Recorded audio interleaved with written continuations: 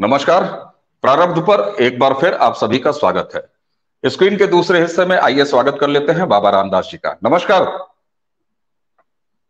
नमस्कार अवनीश जी। सर। जी, स्वागत है आपका। प्रारब्ध और दद्दा की खरी खरी दोनों चैनल्स के दर्शकों का हार्दिक अभिनंदन। जी रामदास जी, आज कल भी हम लोग पिछली चर्चा में पंजाब की यात्रा पर गए हुए थे। पंजाब के बहाने हम पाकिस्तान भी गए, यूके भी गए और इस तरह की चीजों पर कुछ हमने चर्चा किया था। आज जी फिर हम आपको पंजाब ले चलना चाहेंगे, लेकिन पंजाब आज दूसरे मकसद से ले चलना चाहेंगे। और जब हम पंजाब आपको ले चल रहे हैं तो हम बात करेंगे पंजाब से जाने पर। एक हालिया खबर आई है, जो काफी करीब 10-12 दिन हो गए इस खबर को बीते हुए, कि कनाडा में 700 के लगभग छात्र जो वहां पढ़ने गए थे और साल 2018-19 में ये पढ़ने गए थे, लगभग 4 साल इन्होंने पढ़ लिया है वहां पे। वो उनमें से 99.9% जो छात्र हैं वो ताल्लुक रखते हैं पंजाब से। इसलिए हम पंजाब की यात्रा पे आपको ले चल रहे हैं। ये गए थे कनाडा पढ़ाई करने, लेकिन जो इनको भेजने वाली एजुकेशन माइग्रेंट एजेंसी थी, जो कि जालंधर की बताई जा रही है जहां से पहली शिकायत आई, तो अब कुल मामला ये है कि ये पूरा इनका जो भेजा जाना था, इमिग्रेशन हुआ था, वो फर्जी था। 4 साल पढ़ने के बाद अब इन 700 छात्रों पर, जो वहां की कनाडा सरकार है और उसकी एजेंसी है कनाडा सीमा सुरक्षा एजेंसी, सीबीएसए, वो कह रही है साहब अब हम तुमको तो इंडिया भेजेंगे। तो जिस हल्के से ये आवाजें आ रही थी कि मर जा मोदी, वहीं से अब ये आवाजें निकलनी शुरू हो गई कि बचा ले मोदी, बचा ले मोदी। पहले तो ये पूरा मामला क्या है सर, जानकारी दीजिए जरा दर्शकों।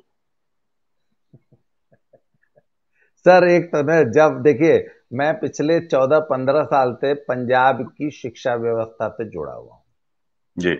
और हम यहाँ के एक बड़े branded international public school, private school से जुड़े हैं। मेरी पत्नी उस स्कूल की प्रिंसिपल है, मैं उसके मैनेजमेंट से जुड़ा हूं। तो एक तो सर, पंजाब में जब भी कोई पढ़ने की बात करता है ना, तो मुझे बड़ी हंसी आती है कि अब छोड़ो यार, किसको बेवकूफ बना रहे हो। साहब देखिए, पंजाब का पढ़ने उड़ने से कोई मतलब नहीं है। पढ़ाई के से तो नजदीक से ये लोग 1 किलोमीटर से दूर से भी नहीं निकलते हैं।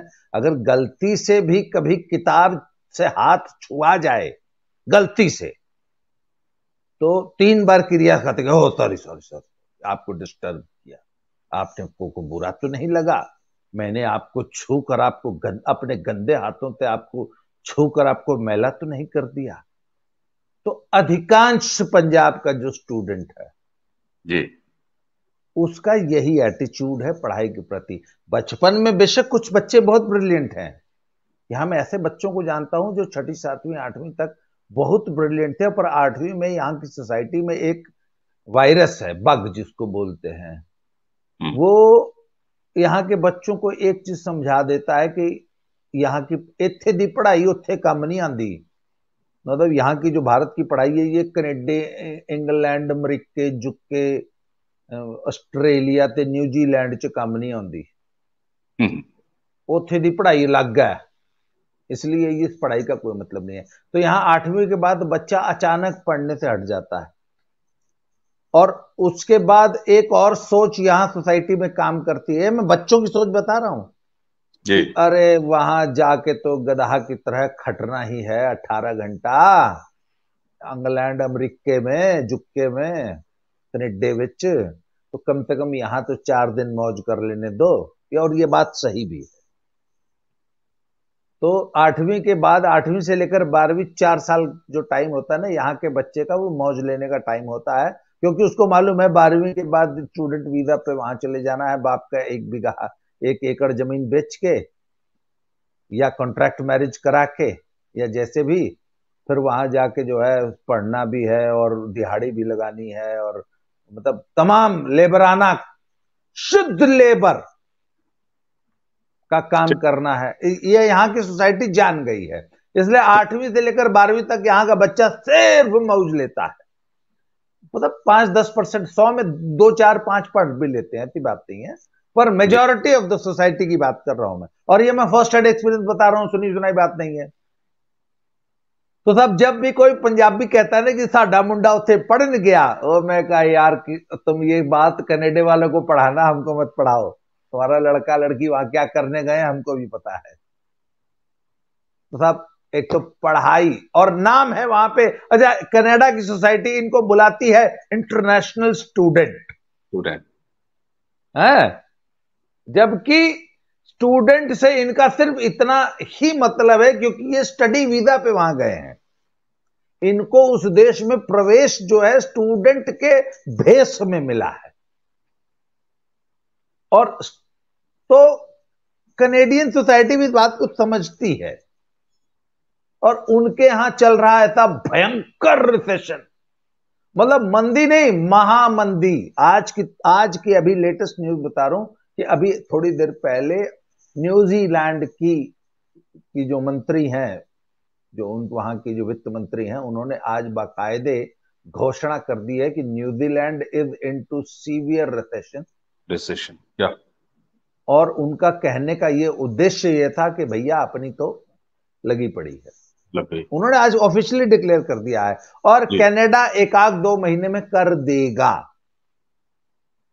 कनाडा कर देगा, मतलब यूके और ये सब जितने हैं, ये पूरा वेस्टर्न ब्लॉक, ये सारा कर देगा। इसके बावजूद सब पिले पड़े, और लड़का 11वीं में ही बाहर जाने के लिए तैयारी शुरू कर देता है। यहां पे जगह जगह आइलेट्स की दुकानें खुली हुई हैं, और कोई भी प्रपंच तिकड़म भिड़ाकर इनको बाहर जाना है जी। अच्छा, जैसे हर सोसाइटी में रिसर्च एंड डेवलपमेंट प्रोग्राम चलते हैं ना, तो पंजाब में पिछले 40 साल से एक ही रिसर्च एंड डेवलपमेंट प्रोग्राम चल रहा है कि विदेश कैसे जाना है, और हर 4-6 साल में तरीके बदल जाते हैं। जैसे बहुत पहले एक तरीका होता था, बस बाहर की लड़की से शादी कर लो, बाहर के लड़के से शादी कर लो, ऐसे से जो कि वहां पे सेटल हो। नहीं, पहले कॉन्ट्रैक्ट मैरिज नहीं थी, पहले असली शादी होती थी। अच्छा, उसमें दुनिया भर के धोखे होते थे। पता लगा कि लड़का यहां आया, एक लड़की से ब्याह किया, 3 महीने हनीमून मचाया और चला गया, फिर जिंदगी में कभी एक बार नहीं किया। ऐसे हजारों केसेस है, हजारों, आज भी हजारों। अब तो हमारी उम्र की हो गई होंगी वो आंटियां, जब हम लोग जवान थे, मतलब 80 और 90 के दशक में, तो उस वक्त हजारों लड़कियां ऐसी घरों में, अखबारों में एक ही बात छपती थी।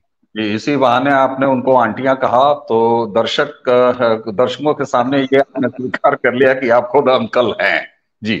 तो कहने का मतलब ये था, तो हर 4-5 सालों में नया तरीका निकाल लेते हैं, फिर फर्जी पासपोर्ट पे फर्जी वीजे लगा के जाने लगे, जब तक डिजिटलाइजेशन नहीं हुआ था दुनिया में, है तो चोरी का पासपोर्ट कई लाख। मुझे याद है 90 के दशक में चोरी का पासपोर्ट जो है, जितने पासपोर्ट दिल्ली के पॉकेट मार चुराते थे, वो कई उस वक्त 1.5-2 लाख रुपए में बिकते थे। और वो पता नहीं कैसे वो जो है फोटो बदल के उस पर बंदे का मतलब चेंज करके किसी भी तरीके से जो है बाहर भेज देते थे अमेरिका और उन कंट्रीज में। आज से 90 के दशक में 5-6 लाख रुपए का रेट था। फिर इस तरह नए नए तरीके आते गए। तो अब जो लेटेस्ट तरीका जो इस वक्त सुपरहिट चल रहा है वो है स्टूडेंट वीजा। 12वीं के बाद बच्चे को स्टूडेंट वीजा पे कनाडा भेज दो जी। उसी में एक नया तरीका निकाल दिया है कि जो स्टूडेंट वीजा में आइलेट्स पास ही नहीं कर सकते, वो आइलेट्स पास लड़की से शादी कर लो, उसका शादी का तब खर्चा दे दो, उसका जाने का खर्चा, तो वो 25 लाख रुपए में कॉन्ट्रैक्ट मैरिज वाला सौदा कर रहे हैं आजकल। वो भी बहुत तेजी से चल रहा है, उसमें भी बहुत फ्रॉड हो रहे हैं। ठीक, तो ये जो तरीके आपने बताए ना, और इस समय जो आपने बताया कि स्टूडेंट वीजा, ये जो है विशेष रूप से कनाडा और ऑस्ट्रेलिया और यूएस में तो बड़े कम चांस मिल रहे हैं, लेकिन कनाडा और ऑस्ट्रेलिया में सबसे ज्यादा जोर है। यहां मैं आपको बताऊं, आपको जैसे कि जानकारी है कि भारत सरकार के विदेश मंत्रालय की एक सांस्कृतिक संस्था है ICCR, Indian council of cultural relations. और दर्शकों के लिए भी मैं बता दूं कि मैं भारत सरकार द्वारा ICCR का उत्तर प्रदेश और उत्तराखंड, ये 2 स्टेट्स के लिए मैं उनका सदस्य हूं। हम अपने आपको ICCR की जो भूमिका है वो ये है कि जो इंटरनेशनल स्टूडेंट्स हमारे यहाँ आते हैं पढ़ने, या भारत के जो बच्चे हैं, छात्र हैं, वो जो दूर के देशों में, बाहर के देशों में पढ़ने जाते हैं, तो उनके बीच, यानी उनकी उस कंट्री और उन स्टूडेंट्स के बीच कल्चरल रिलेशंस को कायम रखना, वहां के कल्चर से उनको बताना। अब मैं आपको कनाडा का हाल बताता हूँ। आईसीसीआर की कुछ मीटिंग्स में मैं गया, तो उसमें ये पता चला साहब कि कनाडा में कोई इवेंट्स नहीं होते आईसीसीआर के। तो मैंने जानकारी चाही कि ऐसे क्या बात है कि आईसीसीआर के इवेंट्स जो हर दूतावास कराती है अपने अपने देश में, वो कनाडा में क्यों नहीं कराती? तो पता चला साहब कि वहां दरअसल स्टूडेंट्स तो खूब हैं, यानी वीजा खूब हैं, लेकिन छात्र नहीं है, इसलिए कोई आता ही नहीं। तो ऐसा कार्यक्रम आईसीसीआर क्यों करे जहां पर कि वहां के छात्र आते ही नहीं है? वो गए और एम्बेसी में एक बार उनका संपर्क हुआ, उसके बाद पलट के वो कभी आते नहीं। अब यहां भी आप देख लीजिए, जिन 700 स्टूडेंट्स की बात चल रही है, जिनको कि कनाडा की सरकार ने कहा कि हम डिपोर्ट करेंगे, वो 2018-19 से वहां पढ़ाई कर रहे थे। और ये पूरा भंडा कब फूटा है? वो भांडा तब फूटा है जब इनकी पढ़ाई पूरी हो गई और इन्होंने वहां पे परमानेंट रेजिडेंट के लिए अप्लाई किया। जब अप्लाई किया और वेरिफिकेशन हुआ डॉक्यूमेंट्स का, तो पता चला कि साहब तुम तो आए ही फर्जी लेटर पे थे। सर, अब इस बहाने ये मान लीजिए, ठीक है, इसमें विदेश मंत्री पी शिवशंकर ने थोड़ा इंटरवेन किया है कनाडा गवर्नमेंट के साथ, और थोड़ा सा टाइम इसमें मिला है, लेकिन इसका अंतिम सोल्यूशन क्या होगा ये देखने वाली बात है। अब हम वापस आएंगे उसी क्योंकि देखिए, समस्या जो आई है या आती है, वो तो एक प्रॉब्लम आ गई, लेकिन उस प्रॉब्लम के पीछे एक पूरा सोच होती है, एक पूरा तरीका होता है। तो आखिर ये बताइए सर कि पलायन का जो ये संस्कार धीरे धीरे अपना लिया है पंजाब ने, पहले तो पंजाब में इस पलायन के संस्कार को अपनाने की सांस्कृतिक या आर्थिक वजह क्या थी? क्योंकि हम और सारा देश तो ये जानता है कि पंजाब खुशहाल प्रदेश है, तो एक खुशहाल घर उजड़ क्यों रहा? सर, ये ना एक बहुत बड़ा सोच का विषय है। It is matter of thought process. और पंजाब की जो, अगर आप इतिहास उठा के देखें ना,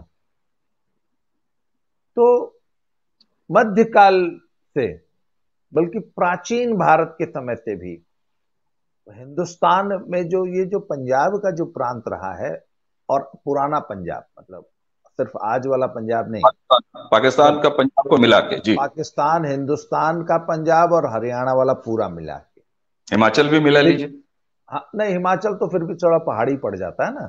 ठीक है। जो ये दर्रा था, तो बाहर से आने का जो एकमात्र रास्ता था, वो था ये वाला प्रांत, है ना। अफगानिस्तान से होते हुए, इधर पाकिस्तानी पंजाब से होते हुए, हिंदुस्तानी पंजाब में घुसते हुए, हरियाणा होते हुए, जो दिल्ली का जो रास्ता था वो इस रास्ते से जाता था। और तमाम इंटरेक्शन, तमाम आमद, बिल्कुल सही कह रहे हैं आप जी, इसी रास्ते से होती थी। तो इसी हजारों सालों से, ठीक बात, इसी रास्ते से लोग आते जाते रहे। और पूरी दुनिया से जो भी भारत में आया जी, उसके लिए सबसे सरल सुगम रास्ता यही था। तो वो चाहे व्यापारी हो, जी, चाहे ट्रैवलर हो, और चाहे लुटेरा हो, चाहे आक्रांता हो, जो भी आया इसी रास्ते से आया। तो एक तो नए नए लोगों से इन लोगों का इंटरेक्शन होता रहा, वास्ता होता रहा, और कल्चर मिक्स होता रहा, ब्लड मिक्स होता रहा, जीन्स मिक्स होते रहे। इसलिए इस एरिया के लोग आपको शेष भारत की तुलना में लंबे चौड़े, हट्टे कट्टे, तंदुरुस्त, गोरे चिट्टे, तीखे नए नक्श वाले सुंदर लोग मिलेंगे। और ये जेनेटिक्स का सिंपल सा सिद्धांत है कि ब्लड और जीन्स जितना ज्यादा दूर मिक्स होंगे, दूर के मिक्स होंगे, हैं, तो उतना ज्यादा संतति बेहतर होती जाएगी। तो इस पूरे बेल्ट के लोग इसीलिए आपको लंबे चौड़े, गोरे चिट्टे, सुंदर, सुनक्खे, अच्छे नए नक्श वाले मिलेंगे। ठीक, तो सिर्फ शारीरिक जेनेटिक्स ही नहीं, खान पान, कल्चर और सोच। जहां हर तीसरे दिन कोई आक्रांता अपनी सेना लिए चला आ रहा है, चार पड़ाका मार के, लूट के, बलात्कार करके ले गया, यहीं रह गया, कब्जा कर लिया, मतलब तमाम किस्म के उठा पटक ये एरिया हजारों लाखों सालों से देखता आया है। तो यहां एक तो जीवन की अनिश्चितता बहुत रही होगी उस जमाने में, पता नहीं कौन आक्रांता, कौन लुटेरा, कौन कब आ जाए, व्यापारी आ जाए, है ना, ट्रेवलर आ जाए, चिंतक आ जाए, मतलब बहुत कुछ। तो कल्चरली हमेशा रिच रहेगा ऐसा एरिया है। यहाँ का क्यूजीन हमेशा आपको रिच मिलेगा है। ठीक बात। यहाँ आपका लिटरेचर, म्यूजिक, आर्ट, हर चीज में आपको विविधता और डेवलपमेंट मिलेगा। तो शुरू से यहाँ के लोग रिस्क लेने की प्रवृत्ति के साथ जीते आए हैं। और गंगा का जो और आगे दक्षिण भारत तक का हम लोग की बड़ा कूल जीवन रहा।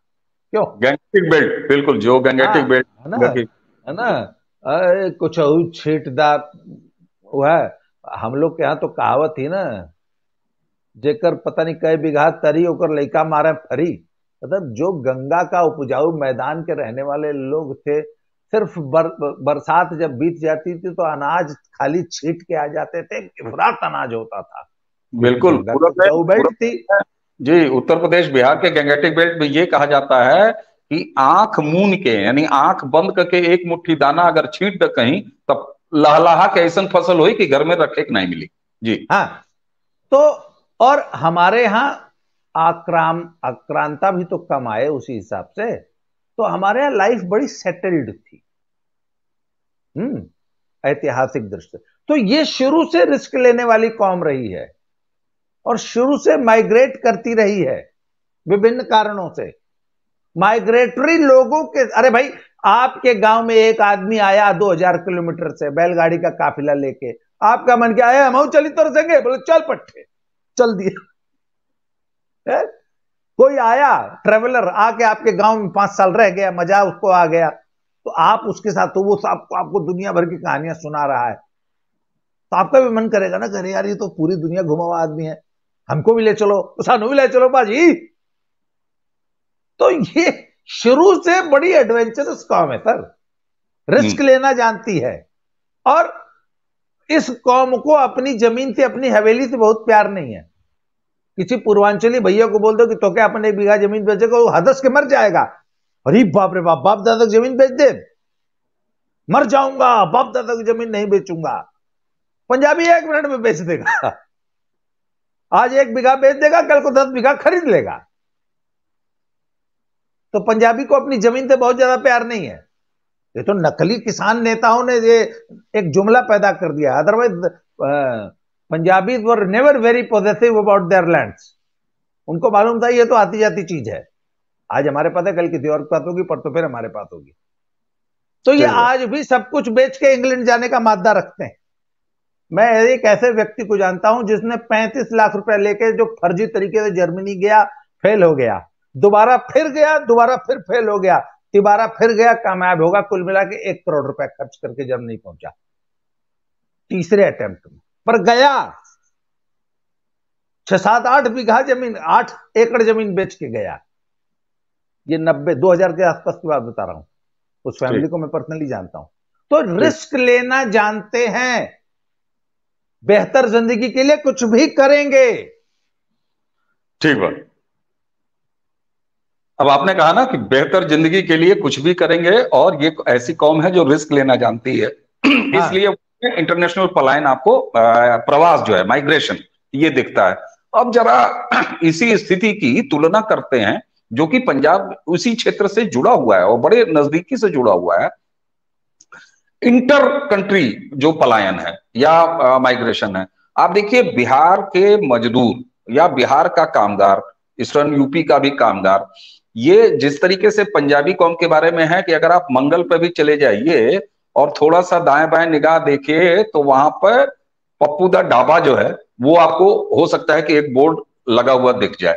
इसी तरह बिहारी और उत्तर प्रदेश के मजदूरों के बारे में ये है कि जहां भी आप चले जाइए वहां एक बिहारी, एक पूर्वांचली, वो जो है फावड़ा चलाता हुआ, मेहनत करता हुआ, पसीना बहाता हुआ आपको दिख जाएगा। क्या ले लद्दाख बताइए, चलेगी सेना सड़कों पर, बीआरसी जो बना रही है। और कोविड पीरियड में पूरी ट्रेन भर भर के झारखंड से, बिहार से, पूर्वी उत्तर प्रदेश से मजदूर गए और सड़कें बनाए आए। तो ये वो कौम है।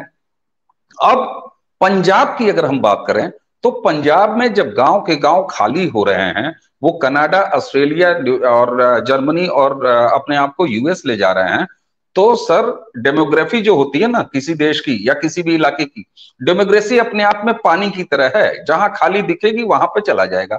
तो ये बिहार और उत्तर प्रदेश के मजदूर वो पंजाब में जाके सेटल हो रहे हैं बाकायदे। अच्छा, कोई जरूरी तो है नहीं कि परिवार का एक आदमी गया, परिवार का 100 आदमी चला गया तो 100 के 100 फावड़ा लेके अब वहां पर दुकानें और बाकी रोजगार में वो भी इन्वॉल्व हैं। धीरे धीरे डेमोग्राफिक जो रेशियो है पंजाब का, वो चेंज हो रहा है। लोगों ने वहां मकान बना लिए, पूर्वांचलियों ने, बिहारियों ने वहां पर धंधे शुरू कर दिए, वहां पंजाबी बोलने लगे, पंजाबी खाने लगे, खिलाने लगे। सर ये बताइए, क्या पंजाब के कल्चर को, पंजाबी संस्कृति को ये बड़े प्यार से आत्मसात कर रहा है, या इससे कहीं खतरा भी दिख रहा है? क्योंकि सोशल मीडिया में कई ऐसी तस्वीरें भी आई जहां पर उनको जो है डिस्टर्ब किया जा रहा है और ये कहा जा रहा है ये बिहारी आ गए, ये भैया आ गए, ये भैया आ गए। तो मैं पूछ रहा हूं कि अरे भैया, जब तुम कनाडा चले गए, ऑस्ट्रेलिया चले गए, न्यूजीलैंड चले गए, जर्मनी चले गए, नहीं गए तो जाने की फिराक में हो, तो कोई तो वो जगह भरेगा। क्या इसको लेके पंजाब में कोई चिंता है, या किस तरह की चिंता है? देखिए, चिंता तो बहुत ज्यादा है। जो लोग नहीं जा रहे हैं या जो यहाँ रुक रहे हैं, और यहाँ की जो यहाँ के जो सामाजिक चिंतक लोग हैं या राजनीतिक लोग हैं, वो कुछ लोग इस पे बहुत ज्यादा प्रलाप विलाप कर रहे हैं। हे देखो, भाइयों ने पंजाब पे कब्जा कर लिया। तो उन्हीं में से कुछ लोग बोलते हैं, मेरे जैसे लोग याद दिला देते हैं कि ओपरा जी, जब आपका बंदा कनेडा में काउंसलर बनता है, एमपी बनता है, तो आप बहुत खुश होते हैं। जब पंजाबी में वहां पे कनेडा में जब पंजाबी में सड़क पे साइन बोर्ड लगता है तो आप बहुत खुश होते हैं। तो आप ये चाहते हैं कि कनेडा का बोर्ड पंजाबी में लगे, परंतु जब जलंधर और लुधियाने में भोजपुरी का बोर्ड लगता है तो आपको बड़ी तकलीफ होती है। ओ तेरी, ओ भैया ने कब्जा कर लिया भाई। तो सर, वो सृष्टि का नियम है, there can be no vacuum. आप यदि एक स्थान को खाली करेंगे तो दूसरा आके उसको भरेगा। पंजाब की एक समस्या है, पंजाब की एक बहुत बड़ी समस्या है sir. Punjab is comparatively a very very small state. मतलब पूर्वी उत्तर प्रदेश का 4 जिला माने एक पंजाब, मात्र पौने 3 करोड़ की आबादी है।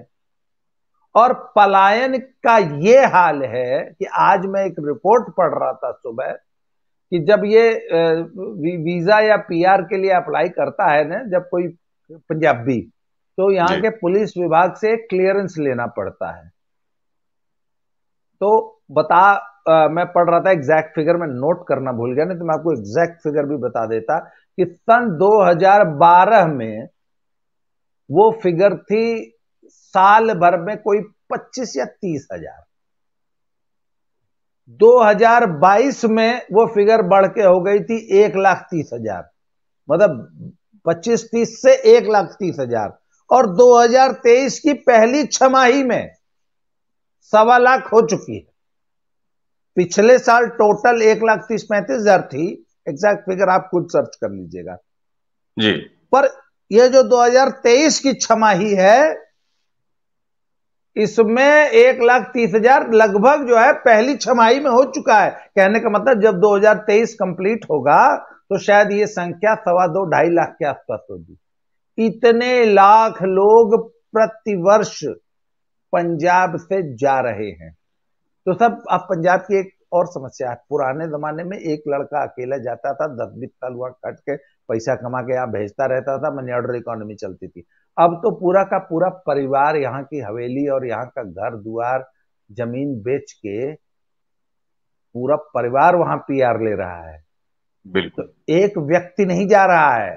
जब एक व्यक्ति वहां जाके पीआर ले लेता है तो फिर पीछे से 6 लोगों को बुलाता है। तो मेरा एक अंदाजा है कि हर साल लगभग 8 से 10 लाख लोग पंजाब छोड़ रहे हैं, और ये तो लीगल तरीकों से छोड़ने वालों का है। हाँ इलीगल जी। का मामला तो और अलग है। हाँ, इलीगल वाला अभी तो मामला अलग है। अच्छा। तो जिस मात्र 3.25 करोड़ की आबादी में से 10 लाख लोग यदि हर साल छोड़ के चले जाएंगे, इसका मतलब 10 लाख कहीं बाहर से आ भी तो रहा है। ये तो बात। पंजाब की डेमोग्राफी चेंज होने में कितना समय लगेगा? अगला 20 साल। और देखिए, 20 साल का कालखंड एक बहुत छोटा सा कालखंड होता है। डेमोग्राफिक चेंज के हिसाब से बिल्कुल सही हाँ, बात। डेमोग्राफिक चेंज के हिसाब से। बिल्कुल सही बात है। अच्छा, रामदास जी, यहाँ ये देखिए कि पंजाब ही सिर्फ अकेला स्टेट नहीं है जहां से माइग्रेशन होता है। परंपरागत और ऐतिहासिक रूप से माइग्रेशन करने वाला आप केरला स्टेट देख लीजिए, आप देख लीजिए गुजराती समाज। ये गुजराती समाज उल्लासनगर में तो ये कहा जाता है साहब कि मतलब वो वहां एक समय में यूएसए, मेड इन यूएसए लिखा है, जो सामान होते थे, तो अगर मान लीजिए वो कॉपीड सामान होता था, लोग कहते थे कि अरे भाई ये क्या है, मेड इन यूएसए लिखा हुआ है, तो ये होता है कि made in Ulhasnagar Sindhi association, USA. तो इस तरह के जुमले चलते थे। लेकिन आपने जो कहा ना कि यहां मनी ऑर्डर इकोनॉमी पहले थी, यानी वहां जाता था बंदा, कमाता था 10-12 साल, 15 साल, 18 साल, 20 साल, लेकिन वापस लौट के अपनी मिट्टी पंजाब में वापस आ जाता था। अब ये ट्रेंड यहां बदल गया। लेकिन वहीं केरला में आप देख लीजिए, वहीं आप पूरे गुजरात में देख लीजिए, वहां अभी भी मनी ऑर्डर इकोनॉमी है। और शायद यही वजह है कि वहां की डेमोग्राफिक, केरला का क्या हिंदू परिवार, क्या क्रिश्चियन परिवार, क्या मुस्लिम परिवार, सारे के सारे जो है वो मिडिल ईस्ट जाते हैं। लेकिन वो सारा का सारा पैसा कमा के यहां वापस भेजते हैं, भारत में भेजते हैं। तो इस तरीके से वहां माइग्रेशन के साथ इंडियन इकोनॉमी में उनका कंट्रीब्यूशन भी है। जबकि यहाँ पंजाब की समस्या ये है कि ये सांस्कृतिक रूप से पलायन कर ही रहे हैं, यहाँ से पूरा नंबर्स में पलायन कर रहे हैं, साथ ही इंडियन इकोनॉमी में कोई डायरेक्ट योगदान भी नहीं। जी। असल में ना, वो जगह मिडिल ईस्ट वाली जो है ना, गल्फ कंट्रीज के साथ एक रहा ना कि वो ना तो नागरिकता देते हैं, ना वहां की लड़की से शादी करने देते हैं, और ना किसी किस्म का वहां पीआर का कॉन्सेप्ट है। इसलिए वहां तो मजबूरी है कि जाओ 4 6 10 साल कमाओ, वापस आ जाओ। गुजरात और यूएस का सब। हाँ, पर गुजरात में वैसे इंडस्ट्रियलाइजेशन बहुत ज्यादा रहा ना, तो गुजरात का एक सिर्फ एक कम्युनिटी है जो जिसको कि यूएस जाने का बहुत ज्यादा शौक है वो पटेल कम्युनिटी। इसके अलावा गुजराती बहुत ज्यादा है, पर इसके बावजूद पूरा गुजरात इस समस्या से त्रस्त नहीं है। बिल्कुल नहीं, क्योंकि मनी ऑर्डर इकोनॉमी पे करता है, वो कमाता है उसके बाद आता यही है। परंतु पंजाब में, अच्छा, पंजाब में भी पहले यही था। ये पिछले मात्र 10 साल से ये ट्रेंड चेंज हुआ है। और क्या वजह इसका, होगी पिछले 10 साल में, क्योंकि ऐसा क्या? देखिए, मैं आपको बताऊं, पंजाबी ना बहुत ज्यादा, मुझे लगता है कि ये बहुत दूर की सोचने वाली कौम नहीं है, दूरदर्शी नहीं। स्पेशली सिख कम्युनिटी जो है ना, इसमें 2 4 लोग तो हैं जो लंबा सोचते हैं, पर वो दूरदर्शी नहीं। और आज सिख कम्युनिटी, सिख रिलीजन के सामने जो सबसे बड़ा चैलेंज है, अब ये इसको महसूस करते हैं कि नहीं करते हैं, मानते हैं कि नहीं मानते हैं, परंतु मैं ये मानता हूं कि जब आपकी नागरिकता बदलेगी, तो it is not only the citizenship you change, hmm. ये एक सांस्कृतिक, सामाजिक और धार्मिक परिवर्तन होता है। बिल्कुल होता है। आप सबसे पहले अपनी भाषा छोड़ते हैं, उसके बाद आप अपनी संस्कृति, सभ्यता छोड़ते हैं, अपनी जड़ों से कट जाते हैं, और अंत में अपने धर्म से भी कट जाते हैं। आप सिर्फ देश नहीं बदलते, अल्टीमेटली आप अपना धर्म भी बदल लेते हैं। और ये हालांकि it takes a few generations.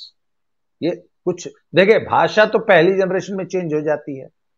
मेरी पत्नी की कव्वाल। छोटी हाँ, मेरी पत्नी की छोटी बहन है, उनके 2 3 उनकी बहनें वहां इंग्लैंड में रहती हैं। और I am proud to say that मेरे जो रिश्तेदार हैं, वो शुद्ध पंजाबी संस्कृति और पंजाबी भाषा के उपासक हैं। मतलब पंजाबी के अलावा एक को अक्षर जो है किसी अन्य भाषा का बोल ही नहीं सकते हैं। पर उनके बच्चे, मैं उनसे पूछा क्या क्या हवा में आती है क्या अंग्रेजियत? उनके बच्चे पंजाबी का एक बड़ी मुश्किल से बड़ी कोशिश करके पेरेंट्स ने थोड़ी बहुत टूटी फूटी पंजाबी सिखा पाए हैं, जबकि पूरे घर में सिर्फ पंजाबी बोली जाती है। माँ बाप सिर्फ पंजाबी बोलते हैं, उनको इंग्लिश आती ही नहीं है। इसके बावजूद बच्चे अंग्रेज हैं। तो भाषा तो तुरंत बदल जाती है, उसके बाद धीरे धीरे संस्कृति खान पान बदल जाता है, और तीसरी जनरेशन तक जाते जाते धर्म भी बदल जाता है। बिल्कुल। अब इसको ये सिख कम्युनिटी खास तौर पे रियलाइज कर रही है कि नहीं कर रही है? उनको ये खतरा है, इस खतरे से वो इसको पहचान रहे हैं कि नहीं पहचान रहे हैं? और आज से 3 जनरेशन बाद जो लोग आज माइग्रेट कर रहे हैं, क्या वो हिंदू या सिख बने रहेंगे इंग्लैंड, अमेरिका, कनाडा में? ये सोचने वाली बात है। बिल्कुल, बहुत बड़ी बात है। और यही सब सोच के, यही सब समझ के ऐसा लगता है कि ये 700-800 बच्चों का मामला जरूर होगा, ये गलत एजेंसियों के हाथ में पड़ के ठगे जाने का मामला जरूर होगा। लेकिन इस बहाने जो एक खाका आपने खींचा और एक इस चर्चा में जो पूरी बात निकल के आई है कि ये एक सांस्कृतिक खतरा है, यह एक जनसंख्यात्मक खतरा है, और उसी के साथ यह एक धार्मिक खतरा भी है, जिसे पंजाब और पंजाबी समाज कितना सोच रहा है या कब सोचेगा या कैसे सोचेगा, ये एक चिंता का विषय है। और निश्चित रूप से ये उस समाज की चिंता का विषय है जी।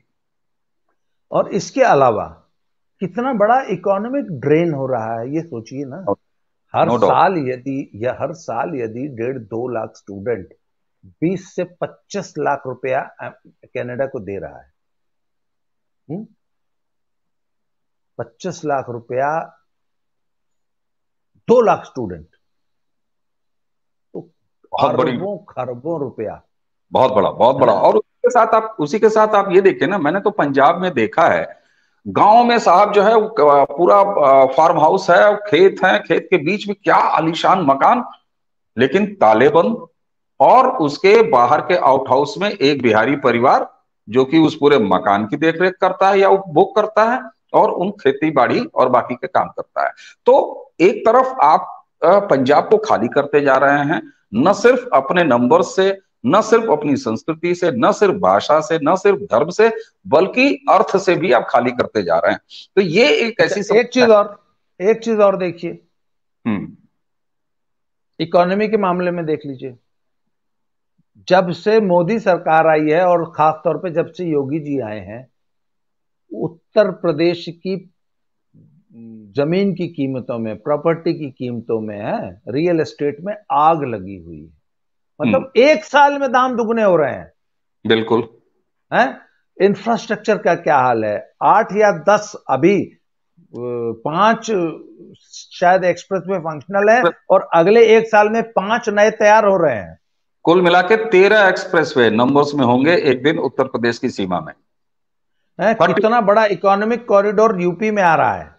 दूसरा आपको बताऊं, अभी यूपी इन्वेस्टर समिट जब हुआ था, तो यूपी इन्वेस्टर समिट में तमाम तरह के एमओयू साइन हुए, और आपको बता दूं कि 1,20,000 करोड़ के अकेले एमओयूज पंजाब के उद्योगपतियों ने अपने पंजाब में लगे हुए उद्योगों को यूपी में ट्रांसफर करते हुए ये 1,20,000 करोड़ रुपए का इन्वेस्टमेंट करने जा रहे हैं।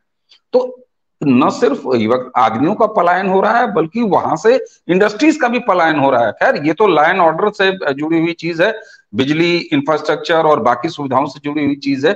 लेकिन कुल मिला के ये बड़ी एक निराशाजनक खाका खींचता है पंजाब का, जो कि पंजाब जीवंत समाज, बहुसंस्कृति का धनी, भोजन संस्कृति का क्या कहना, वस्त्र संस्कृति का क्या कहना, वहां की पर्सनैलिटी, व्यक्तित्व, चेहरा मोहरा, उसके बारे में आपने बता ही दिया। तो ऐसे में अब पंजाब को निश्चित रूप से अपने बारे में सोचना चाहिए। बहुत हो गया दूसरे के बारे में सोचना। ये हमेशा ये जाना जाता है कि सरदार कम्युनिटी या पंजाबी कम्युनिटी ऐसी होती है जो अपने बारे में तो सोचती है, दूसरों के बारे में भी सोचती है, लंगर लगाती है। सर, अब अपने लिए ज्ञान का लंगर लगा लीजिए, अपने लिए, अपने आगे मिट्टी को बचाने का लंगर लगा लीजिए, और शायद कुछ अपने बारे में भी सोचिए तो ज्यादा बेहतर होगा।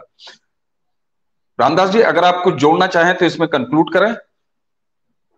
देखिए, मैं अभी पिछले दिनों हमारे देश में जीडीपी के आंकड़े आए थे और 7.2 आई थी, if I am not wrong. 7.2 आई थी ना बिल्कुल। जीडीपी जी जी ग्रोथ। जी। और इन्फ्लेशन, मुद्रास्फीति की दर आई है शायद 4.2, इफ आई एम नॉट, मतलब मैंने अभी लेटेस्ट आंकड़े मुझे अंदाजा आ रहा है लगभग। जी जी। तब इस वक्त पूरे यूरोप में और पूरे कनाडा में यह हालत है कि महंगाई पिछले एक साल में दुगनी बिल्कुल हो गई है। और अच्छा, ये किसी भी आप पंजाबी लड़के से बात करिए तो वो ये एक ही बात बोलता है कि यहाँ से 5 गुनी, जो जो आदमी यहाँ लाख रुपया कमाता है वो कनाडा में 5 लाख रुपया कमाता है पेटी जॉब्स करके। ठीक है। तो मैंने कहा पर यहाँ आटा अभी भी 22 रुपए से लेके 30 रुपए किलो है। थैली वाला ले लेंगे तो 30 रुपए किलो है। चक्की से अपना गेहूं खुद पिसवा लेंगे, जो कि 90% हिंदुस्तान आज भी पिसवाता है बिल्कुल ना, पिसवा, अपना गेहूं पिसवाता है ना। तो 24 रुपए किलो पड़ता है, वहां पे 120 रुपए किलो आटा खरीद के खा रहे हो। वहां पे मैंने आज अपने एक वहां कनाडा में रहने वाले मित्र जो अभी हाल ही में वहां गए हैं, उनसे आपसे बात करने से पहले ना मैंने कहा थोड़ा सा होमवर्क कर लेते हैं। तो मैंने कुछ खाद्य पदार्थों के रेट्स कंपेयर करने की कोशिश की। तो हर चीज, दूध जो है दुगना महंगा है और बाकी सब चीज 4 से 5 गुनी महंगी है, चाहे वो केला हो चाहे वो, अच्छा उसके अलावा स्ट्रीट फूड नाम की चीज नहीं है हमारे यहाँ। तो आज भी आप, अभी हम लोग बात कर रहे थे कि जालंधर का जो सबसे मशहूर छोले भटूरे वाली दुकान है उसको टेस्टी के छोले भटूरे बोलते हैं। शायद मुझे तो लगता है हिंदुस्तान में इतना बढ़िया छोला भटूरा कहीं नहीं मिलता जी। तो वो छोले भटूरे जो हैं वो 90 रुपए की प्लेट है। तो वो बता रहे थे कि नहीं साहब, तो वैसे छोले भटूरे तो खैर कनाडा में मिल ही नहीं सकते उतने टेस्टी, पर यहाँ पे जो है वो 14 से $15 की एक प्लेट मिलती है। यहाँ पे अभी भी $1.25 की है। तो मैंने कहा यार एक बात बताओ ना, वहां हर चीज 5 गुनी महंगी भी तो है। तो अगर 5 गुना पैसा कमा रहे हो तो मामला तो ले दे के वही है, मामला तो बराबर ही है। बिल्कुल इस बिल्कुल। बात पर उनको लगता है कि एक तो ना अंग्रेजों के देश में रहना पर मैं कहता हूं यार अंग्रेजों के देश में सी ग्रेड नागरिक बने, बिल्कुल सही। चाहे कुछ हो जाए, आप हैं तो उस देश के लिए विदेशी ही, देशी, क्यों, बिल्कुल इमिग्रेंट्स ही है ना, मुहाजिर, अंत में तो मुहाजिर ही कहलाएंगे। बिल्कुल साहब। और आप सोचिए कि वो कौम जो अपना पंजाब, साडा पंजाब जैसे जुमलों को, अच्छे जुमलों को जीती रही है, वो कहीं दूसरे देश जाके मुहाजिर की तरह रहे, तो निश्चित रूप से उसको अपने बारे में सोचना पड़ेगा। और आप कह रहे थे कनाडा का, मैं कल रात में अपने एक कजन है हमारे यूएस में, पति पत्नी दोनों सॉफ्टवेयर इंजीनियर हैं, अपनी कंपनी चलाते हैं डलास में। मैंने उनसे पूछा भाई क्या हाल है, बोले यार किसी तरह से अब लग रहा है डे ही आना पड़ेगा, महंगाई बहुत बुरी है। उनको धनिया और लहसुन की चटनी टमाटर डाल के वो बड़ी पसंद है, बोले यार 10 दिन हो गए मैं वो मैनेज नहीं कर पा रहा हूँ, बहुत हालत खराब है। तो ये तमाम चीजें हैं, लेकिन ठीक है, हो सकता है इसी बीच में जैसे होता है ना कि परिस्थितियां सब सिखा देती हैं, और परिस्थितियां जब इस तरीके से प्रतिकूल हो रही हो तो देश की याद ज्यादा आती है। और एक चलते चलते एक शेर कहूंगा ना कि कैसा भी हो गैरों का बिस्तर तो गैर ही होता है ना, कैसा भी हो अपना घर तो अपना घर ही होता है, गैरों के बिस्तर पर यूं ही नींद कहां तक आती है। तो उम्मीद की जाए कि एक दिन बदलेगा। रामदास जी, आपने हमें समय दिया, प्रारब्ध के दर्शकों को समय दिया, ये वीडियो दद्दा की खरी खरी पर भी जाएगा। और दर्शकों, आप बहुत प्यार दे रहे हैं, दोनों चैनलों पर प्यार दे रहे हैं, लेकिन आपसे अधिकार सहित एक चीज कहूंगा कि नीचे वीडियो के कमेंट में अपनी राय जरूर लिखें, जरूर बताइए हमें आके कि और किन विषयों पे आपको चर्चाएं पसंद है, या जिन विषयों पे हम चर्चा कर रहे हैं उसमें क्या कमी है, क्या बेसी है, क्या घटाना है, क्या बढ़ाना है। क्योंकि एक चीज बताएं, आप है सुनने वाले, आप है देखने वाले, अगर आपके मुताबिक हम बात करेंगे तो इससे अच्छा कुछ नहीं हो सकता। तो आइए देते हैं रामदास जी को एक बार फिर धन्यवाद, और आप सभी को नमस्कार। नमस्कार जी। नमस्कार।